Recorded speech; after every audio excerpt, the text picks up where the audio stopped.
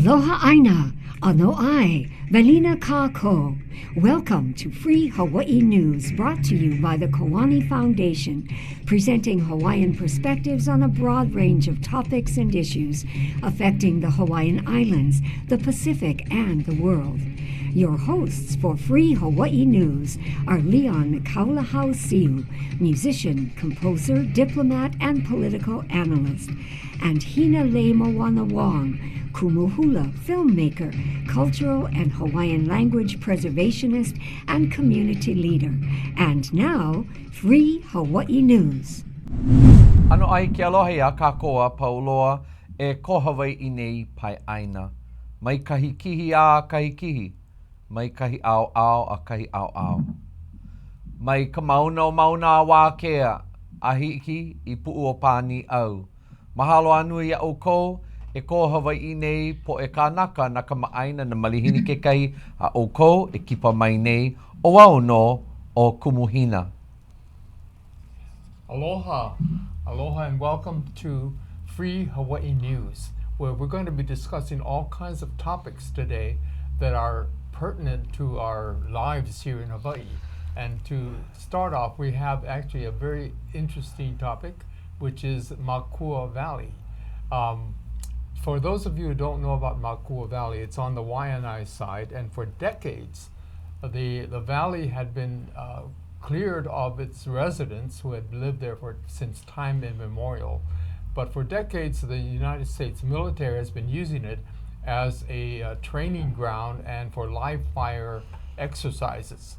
And back in 2004, finally, they stopped the live fire exercises, but they have not yet returned the valley because it is highly contaminated with unexploded ordnances. So today we have a special guest who's going to talk about something interesting that has happened, and that is the lease is coming up, or the end of the lease of Makua Valley is coming up in 2028, I believe. And in doing so, the military has decided that they may return part of the valley to the state of Hawaii. And so here to speak about that is our good friend Sparky Rodriguez. In the background, you can see we have the rock with petroglyphs, a pohaku, and we call it a pohaku ki'i. Makua was a very special place. It was a closed community, and where Makua Cave or Kaneana Cave is located, that went all the way to the ocean. So people were not able to just come into Makua uninvited, and it was a place where the family living there was very safe. And they lived off the land. They protected the land and the people that lived there. The people of Makua are more closely related to Kauai Hapai, which is the Wailua side. So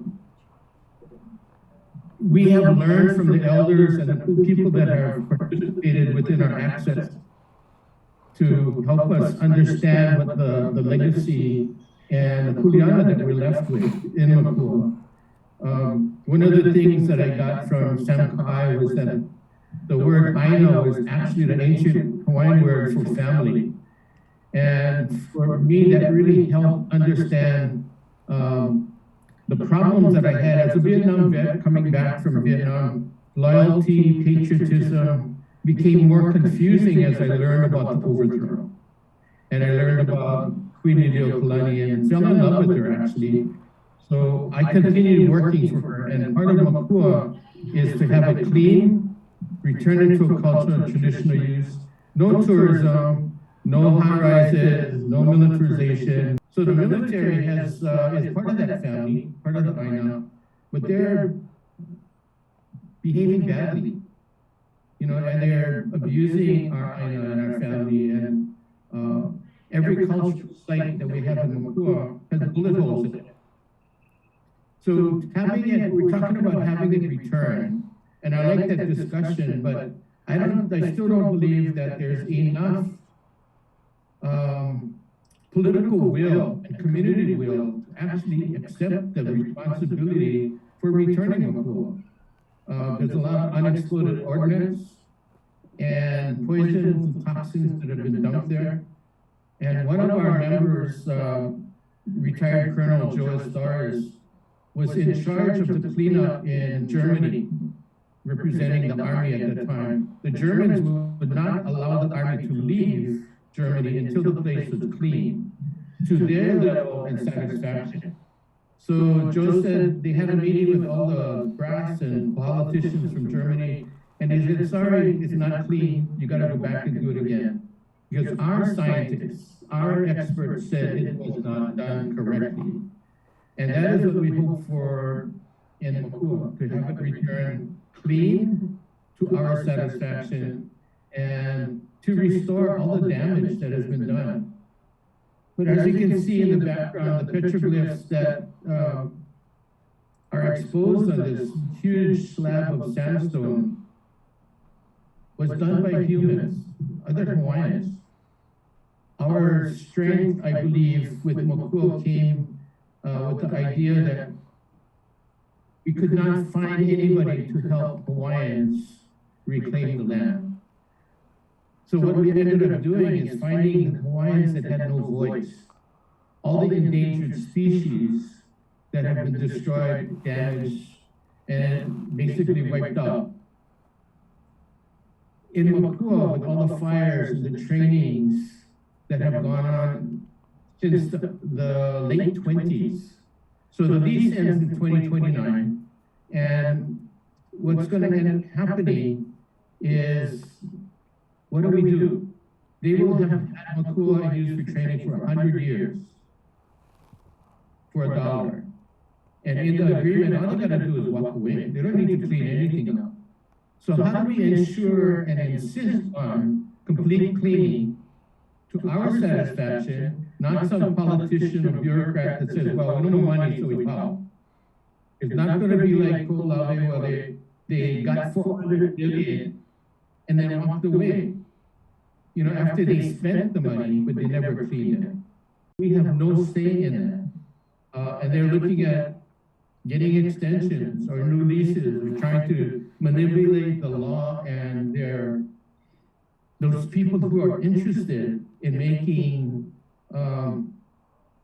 their land accessible to them, which denies us access. And I found that with the fences, the keep out signs, military property, government property, it has really severed our spirituality and our connection to the Aina. So it's more difficult to heal, and it's definitely impossible to get access when you got armed guards that are saying you cannot come in. Even though they only control a postage stamp, they control the entire football field.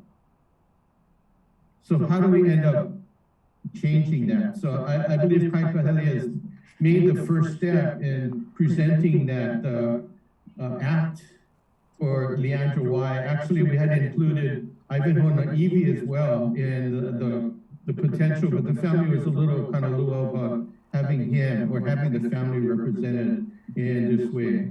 And we didn't have much time to make a decision on how the act was going to be proposed. When we did the presentation at Common Square, we had the Waianae senator, we had several representatives in the area as well as beyond, but all connected to the Waianae side. And they said now that the federal government has taken a step to present the return of Makua, the state and maybe even the county will take a more positive role in assisting the community in having all the lands returned.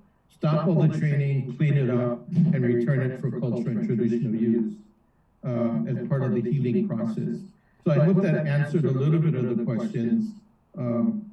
Endangered species, give you an example, in Makua, there's 40 plus endangered species, which means they also have critical habitat that their life depends on to be safe and being able to continue their existence. Schofield, they have maybe 12 or 18. Puakaloa, I believe they had 8.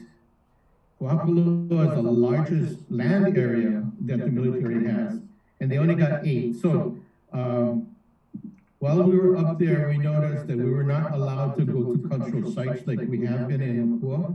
So we don't know what's there. And they all would go to the idea of it's within the impact zone, so we cannot allow anybody to go in there because it's not safe. Same with Makua. They promised within the Makua agreement to clear up to 1,200 meters from Farrington Highway. And that's basically the kill ratio from any major ordinance that might go off within Makua. That is the same issue going on in Puakaloa. They're not looking for endangered species, and if they find them, it's accidental. So there's a lot of work to be done at the community level. I believe Malawi Makua has done a little bit to help preserve, protect, and hopefully one day restore all of the cultural sites and the Aina in Makua. Leandra said she would like to see Makua as a University of Makua, where we go into learning how to restore, recover from a live fire training area, restore it to a traditional use, and make it into an area where we can go ahead and learn how to reconnect to the Aina, our family that are not necessarily physical in our idea of it's a person. I remember being on the Mauna, and Kikuhi would say that you have the Mauna people, and you've got the cloud people, and you've got the bug people, and you've got these elements of life that we tend to ignore because we're so busy in our own busy lives, trying to survive. The Aina is there, waiting for us to help and do the things that we need to do so we can make life better for all of us. So, for our viewers out there in the audience that may be tuning in at whatever point you do tune in, this speaks to the greater issue of the control of our lands of Hawaii by the United States of America. The continued control of our lands and natural resources begets the larger question of what exactly do we do looking ahead for our people when it comes to who gets to say what happens on our land, and how do we empower our people to be greater respected in our own homeland. Our next topic today has to do with Mauna Kea, or Mauna Avakea. And what's going on is that the State of Hawaii legislature is considering a bill, HB 2024. It's been moving through the legislature, in which the proposal of the legislature is to set up a new entity for the governance or the management of Mauna Kea. And so this is very controversial because it's a pretty complex thing that they're trying to put together, and there are many suspicious elements to it that we think we need to be aware of. And here to speak about that today is our good friend Ku Ching. Aloha, everybody. Nice to be with you all. Can you tell us a little bit more about your response to HB 2024? The response I have is that I am opposed to it for many, many reasons. In the beginning, what was happening was that they were violating a lot of the elements of the Ceded Lands Trust, the public trust that, among other things, Hawaiians are beneficiaries of. And among those elements was the lack of benefits for Hawaiians. And then what they were proposing had no mechanism for any benefits to get to the Hawaiians. And so, in a lot of ways, it was the destruction of the public trust that was initiated by the Admissions Act of 1959. They're going to get rid of University of Hawaii as a lessee or lessor, And then they were going to set up this new authority to take over the whole show, which is, you know, something that the university has been working on for 50 years and not even, well, somewhat getting closer to being perfect, but not very close to being perfect. So, to think that this new entity would be able to become perfection in 3 years or so is really something that's impossible. The University of Hawaii is currently the one in charge of management. So the bill is supposed to change it over to a new entity to manage the mountain. Is that going to be any better? It's debatable. The Senate has massaged what the House sent them and have come up with something that's totally different. And so the way it is, it's going into conference committee, and we don't have any idea of what is going to come out of that.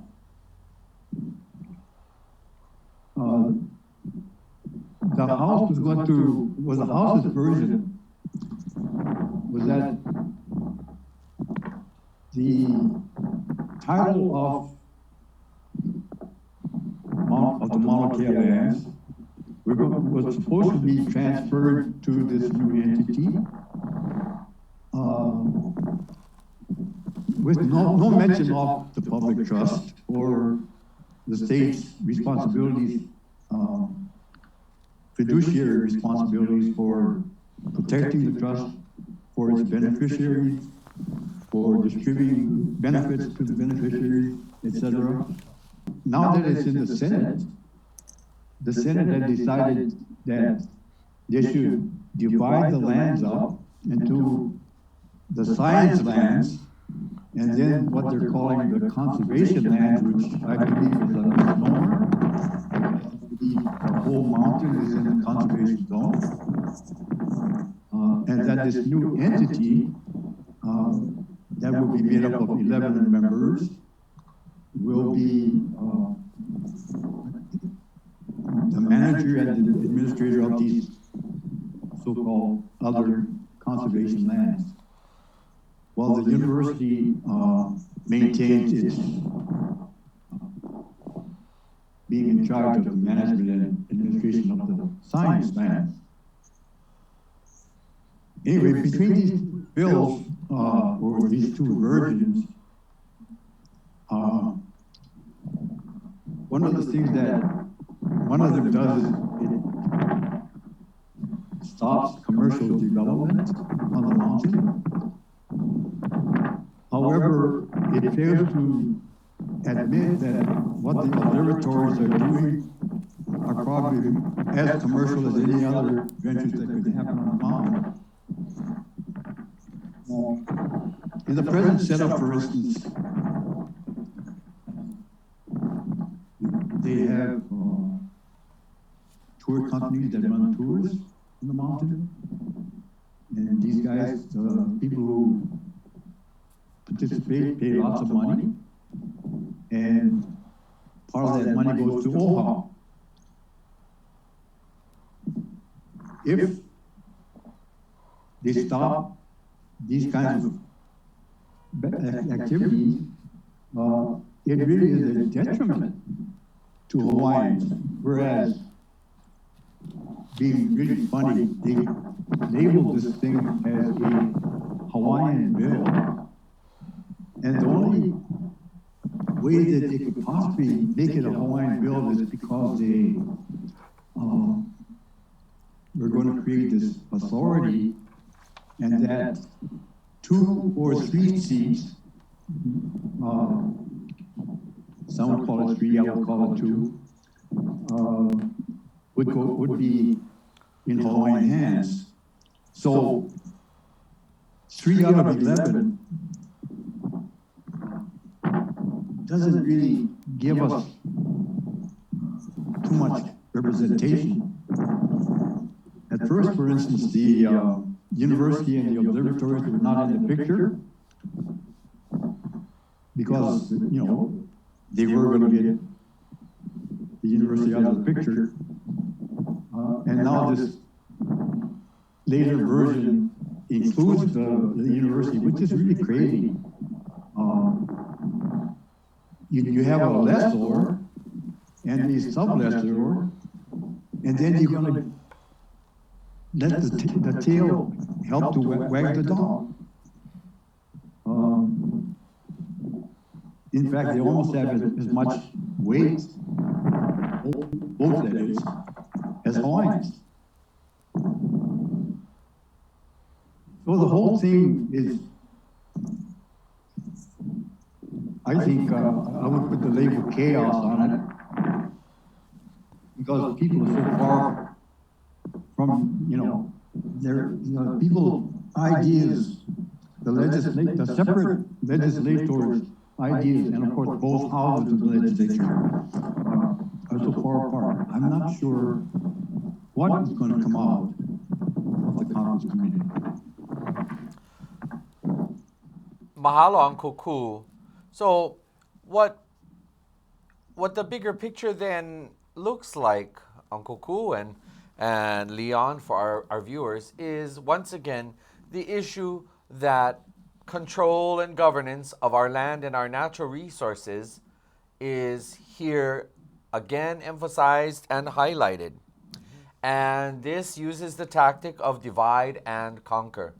So HB 2024 having crossed over to the Senate side, and once the Senate got done massaging this bill, it then became something that was very reminiscent of other things that we've seen in the past, where in order to allay the concerns of our Kanaka, of our Kanaka leadership in the community, a little portion was going to be given to satiate their desire to assert control and assert the voice, but it really wasn't going to be the overall governance and oversight over all of the Mauna. Right. So again, to divide and conquer us, to keep us subjugated to what foreigners, and when I say foreigners, I'm not only talking about American foreigners, but I'm also, with great love and respect, I'm referring to those who are not Kanaka, but who make political and economic decisions on behalf of our people.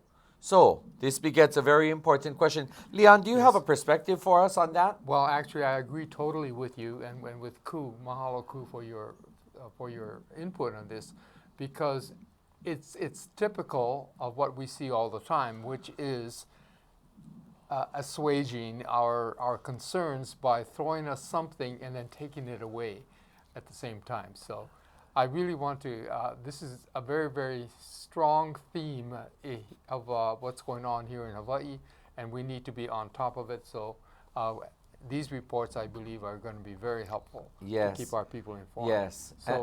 So for the rest, we do have some other topics to move on to. So Aye. Well, mahalo ya oi ku, mahalo ya oi anakala, no ko kaana mai I ko ike me ko na awao, ya mako ike iala. Thank you for your vigilance. Thank you for always standing up and standing forward on behalf of our Kanaka. I hope that all of our Kanaka out there will continue in the footsteps and to follow the precedent that you set for being out there and being present and being aware and conscious about what goes on in our Kanaka community. Let me say that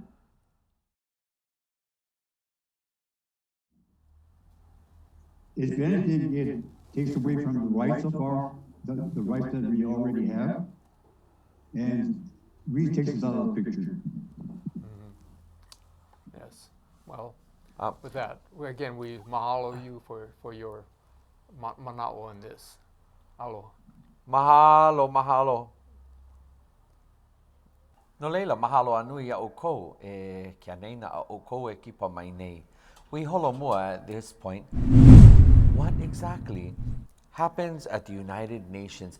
And I am very curious to hear about your time, your journey. So Leon, do tell us, in the work that you've done over the years and and your time spent as an advocate for our people and our issues at the United Nations. Tell us, what do you do at the United Nations? Okay, before that, I want to preface it by recognizing the people who have put in time and energy and resources and sacrificed to be there before I got there. And I'm talking about Kanaka, who have been there all the way back to Kawai Puna Prejin in the 1970s. Aye. And he was there in Geneva with the AIM movement, the American Indian movement, to kako them, as well as to speak up. Because at that time, there was no voice for indigenous peoples at the UN. Everything had to do with the governments, and the government said everything, and nobody talked about issues of the people of the land. And so Kawai Puna joined AIM to go to Geneva to the human rights bodies there, and he actually went ahead and supported them, and they supported him. So he's well respected in that area, and he plowed the way for us. I've told very many very wonderful stories about his contribution to the cause. Now, Kawai Puna, of course, was very active here in Hawaii and with Kaho'olawe and many of the other things that were going on. And so he was not only a hero here in Hawaii, but he was also a hero with indigenous peoples. What came out of that later is that more and more of our people started to participate. So Pokalai Nui was there when the United Nations finally said, okay, well, we need a working group to talk about what we might be able to do with indigenous or for indigenous peoples. And so Poka was there for quite a while, and he spent a lot of time contributing to the thought process or the structure of what the UN should be doing with regard to indigenous peoples. And then, of course, Mililani Trask, our good friend Mililani, was there for a long time. And then other people joined her as well. Bumpy Kanahele played a role in that. And he's still with the International Indian Treaty Association, or International Treaty Council. And so our people have been there for a long time. I started going to the UN about 15, 16 years ago. And I was there at the invitation of Kaiopua Fife, who was also very active there. And so I started going to represent the Hawaiian Kingdom and our interests as the Minister of Foreign Affairs. Kaiopua had been there for several years and was wanting to turn it over to somebody else to take his place, mainly because he had other responsibilities to take care of. So for a while, he and I were there representing, and then he kind of turned it over to me. So for the last 12 years, 13 years now, I've been pretty much full-time going back and forth to the UN in particular, as well as to other international bodies, to really talk story with them, to tell them our story. And so, so what I do is I go to share with people at the UN, who will hear, about what happened in Hawaii. And to kind of differentiate between what most people think about the United Nations and with the legal system is that the United Nations is not a legal system. You know, courts are legal systems. And the United Nations is really a political body. And it works in the realm of diplomacy. Now, the difference between a legal system and a diplomatic system is that in a legal system, you actually create adversarial positions. One person sues another, and then that other person gets upset, and they countersue and things like that. So it's really quite adversarial. But in the area of diplomacy, what we're trying to do and what we're working on right now, and have been, is relationship building, making friends, really. And we're there to not only tell our story, but learn the stories of others so that we can actually interact and develop a mutual support system for one another. So that's what I'm doing. Yes. Well, and that would speak to perhaps the understanding that our people out in the community need to understand. I remember growing up, and we would hear the word United Nations. And to hear this term, many of us as young people at that time didn't know what is the job, what is the function of the United Nations. And so, now from what you have said, the United Nations is a body that may not necessarily have political teeth to it, but it is an assembly of representatives from nations around the globe that come together to voice their concerns, voice their sentiments, voice issues. And almost, in a way, many of the goodwill ambassadors of each country and many of the representatives from each of the nations around the world, they come to have fellowship time, to join efforts, and to lend support to one another. And so, what do you think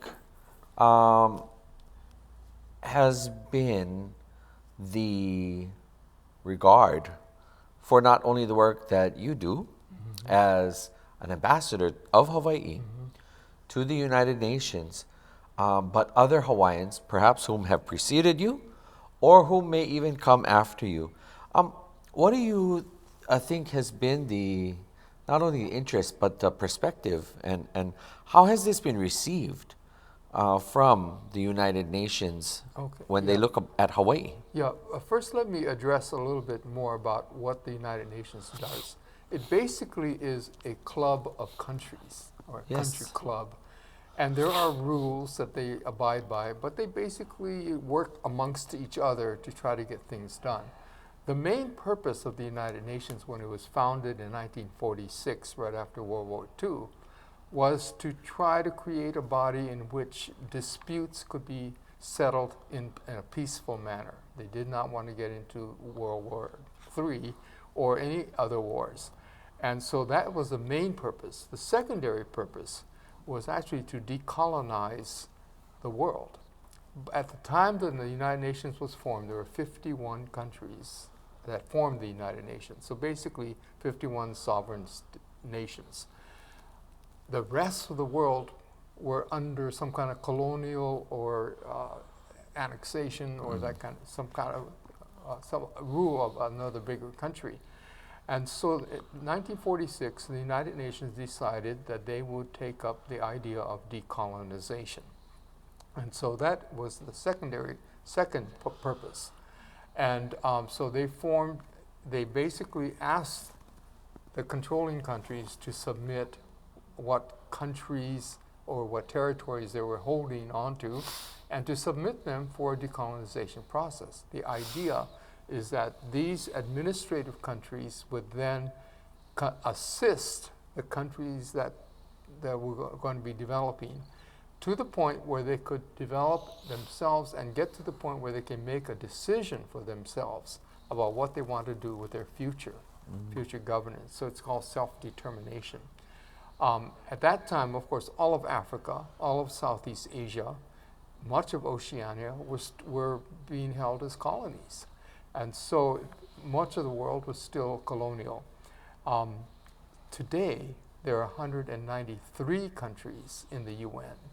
So 140 countries were not there at the beginning, but they are now.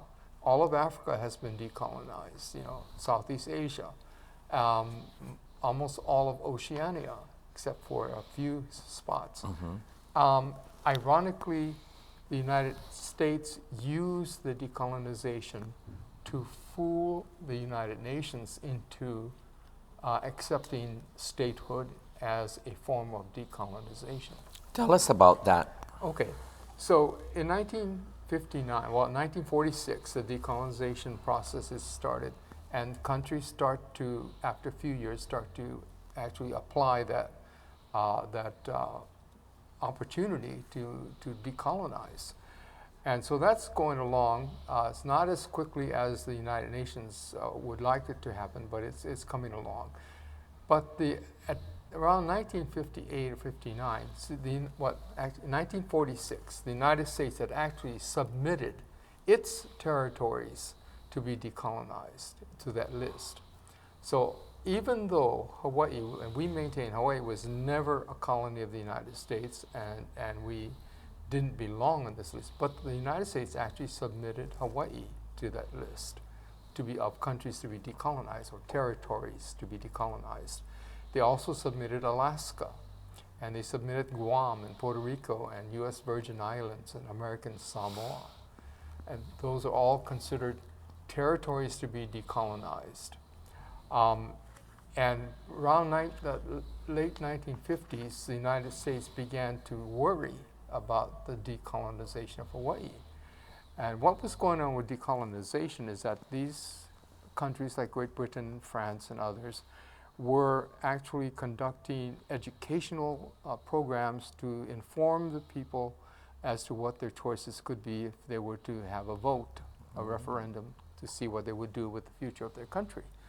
And so in doing this, the United Nations actually wanted to speed up the process. The United States actually saw that Hawaii and Alaska, they didn't really want to let go of Hawaii and Alaska. So they wanted to find a different way to get Hawaii and Alaska off the decolonization list. So they cooked up this scheme for the plebiscites. And 1958, they held a plebiscite in Alaska. 1959, they held one here. And in both cases, they failed to inform the people about what this process was about. And they only presented one question to each both of us, and that is, do you want to become a state of the United States? And if you voted yes, then you would become a state. If you voted no, you would remain a territory. Either way, this discussion we had about Makua and about the Mauna Kea. Smoke and mirrors. It's smoke and mirrors, right. But what happened, unfortunately, is that they never ever educated our people about any possibility of us being an independent nation. That was never discussed, and of course they never made the effort to educate us about that. And so they held their plebiscites and they got what they wanted, an overwhelming majority of the people voting for statehood. But they had made another error.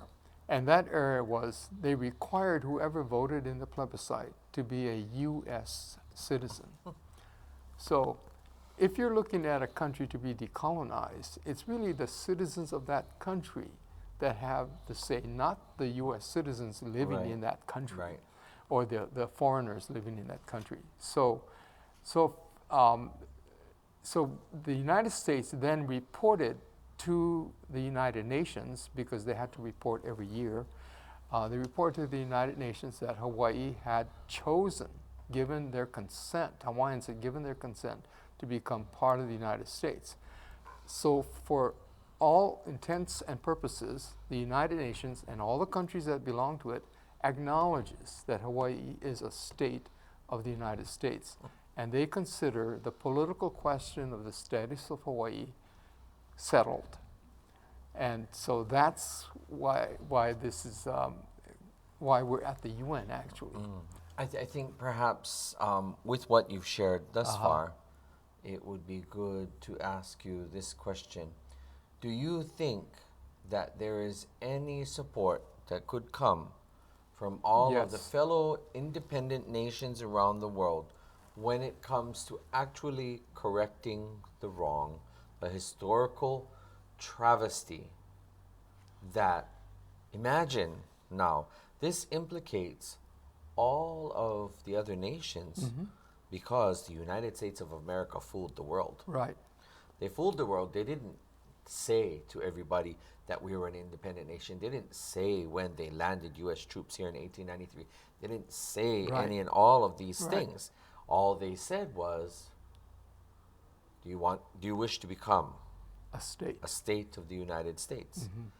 And therefore, they postured the reality, and people simply embraced and accepted that reality. So, do you think that our friends out there in the world are willing to support us? Yes. And this is the reason why, and this is why the long the amount of work that many people have put into it, and particularly in the last 15 years or so. We've been able to share our story to the point where most people, or let's say most of the diplomats and heads of state even of countries understand what happened here. Now let me explain one other thing about the United Nations, however, and that the ambassador from Jamaica, one time I was having a meeting with him, this is about 10 years ago, and he said to me, there's one thing you have to understand. Every country, every diplomat who is here, every ambassador and member of the staff is here to look out for the best interest of the country that sent them. Okay, Yes. and which is, that's Pono, that's what we want them to do. Because in looking out for their best interests, they have to make lots of decisions that are made by the United Nations. But they want to make sure that they're either protected or that their voice is heard and that they can advance something that is. So everybody is selfish in a good way. They're watching out for their own country. Maybe many other factors that affect their own country that govern how they vote. Yes. So don't take it personally, he said, but we can't support you at this time because it's too risky for us to go up against a country like the United States.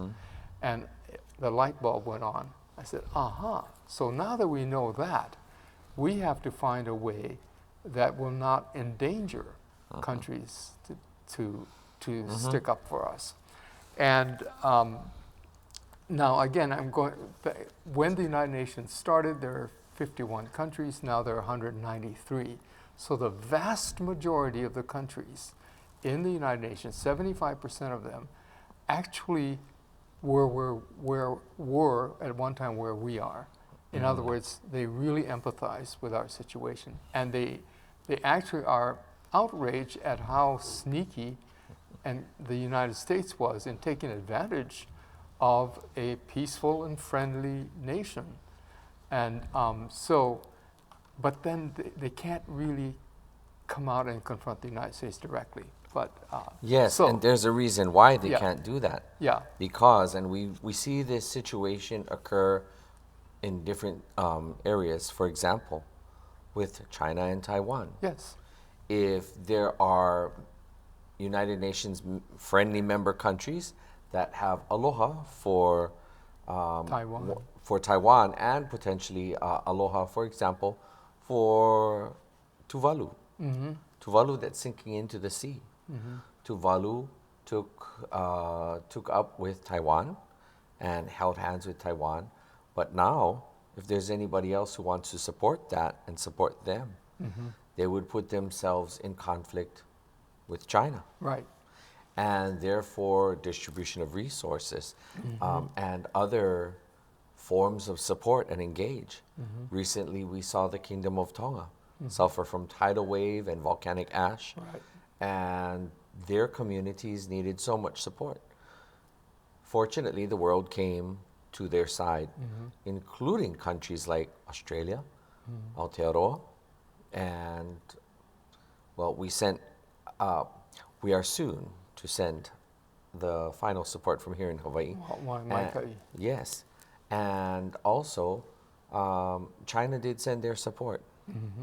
Now other countries also did send it, but again, that was in time of crises.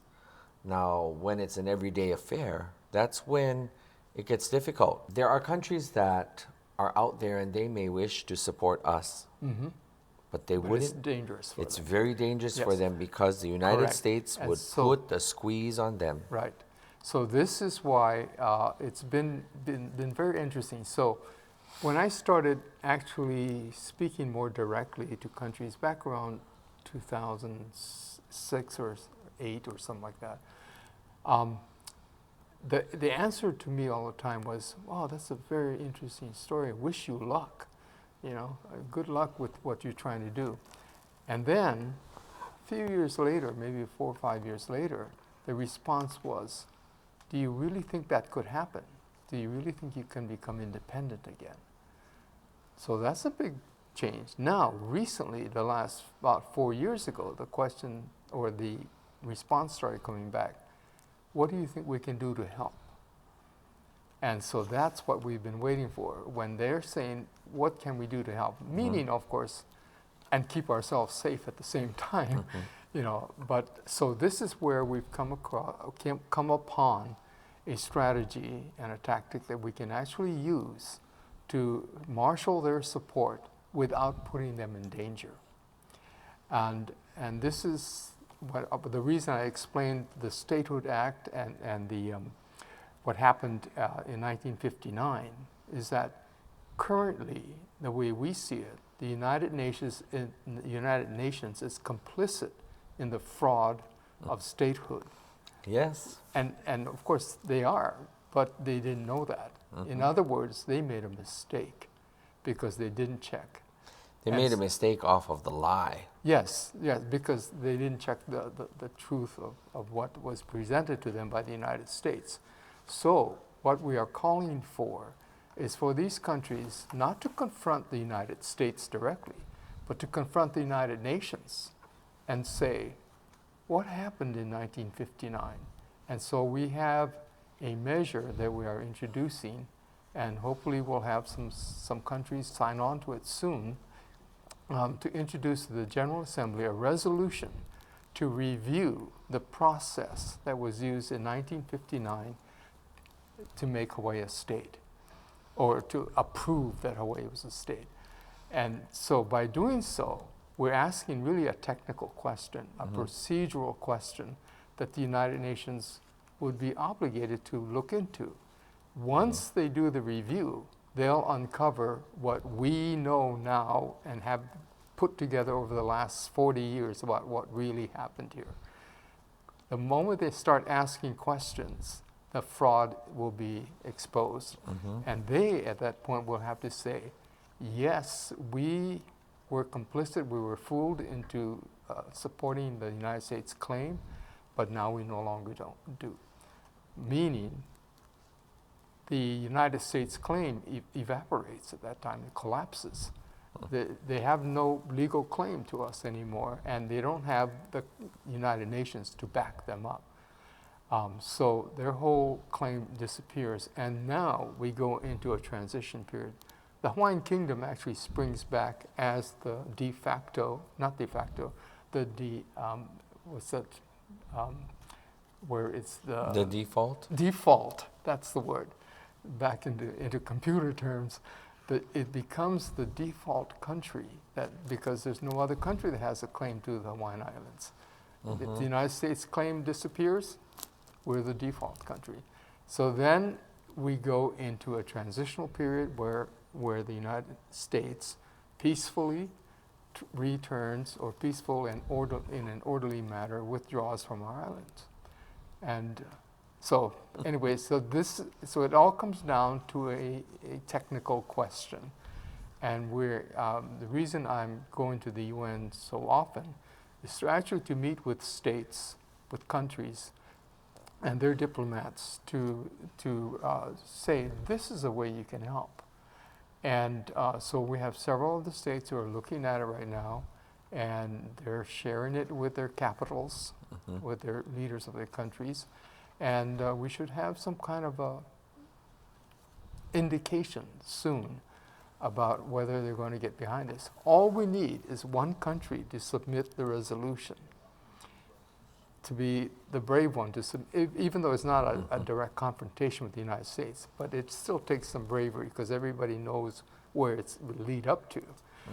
But all we need is for one country to actually respond that they will submit a resolution, and we're going to have about 140 other countries support us in the vote for that resolution to review the And action. yes, and so then the true challenge becomes how to politically enforce the will of our friends in neighboring countries. And of course, I'm sure that the United States of America is not about to walk away too easily from the shores of Hawaii. Right. But that's when it's up to us to find a graceful way that they can actually withdraw. And I'm saying we have to say in a way this is, or convince them that this is the best thing that they can do. And Well, then we certainly have our task, and part of that task is assisted and supported by the education and the sharing, some of which happens here at Free Hawaii News. And it seems that we are on our way heading out on our time, but we'd like to thank Uncle Ku Ching. We'd also like to thank Sparky Rodriguez, and of course, a big mahalo anui ya'oi as well for sharing about your time spent at the United Nations and you know, your work as well as the work of other Hawaiians that have gone on before us. Do you have any closing thought before we close out? Well, it's a kako thing, you know, because this nation is rising at the same time that I'm doing work at the UN, so that people are beginning to see our nation. You know, if they can't see it, then they won't bother with it, right? Aye. But it's that old, you know, here's the church, here's the steeple, open the church. Where are the people? Aye. That's what we've been looking like. Now it's here's the church, here's the steeple, open the church. There are the people. So it really is Mauna Kea, Makua, all of these actions, Hunana Niho, Kaho'olawe, of all these things add up to our nation rising. Mahalo. No leila, o ke aloha anui ke ia, mahalo anui ke ia oko e na hoakipa no ke ia polokalamu no hoi o Free Hawaii News. Mahalo anui no ko oko ho'omanawa nui a hiki ke ia, ka ho'oku ana I ko kākou ahi. Once again, I am Kumuhina. And I'm Leon Siu. Mahalo for joining us. Mahalo a hui hou kākou. Aloha.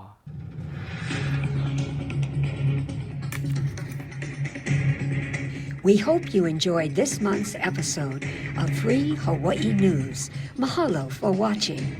There's a new show every month, so this program will air several more times this month. You can view it anytime on Olelo's on-demand site or on YouTube. See you next time. Ahui ho, aloha aina.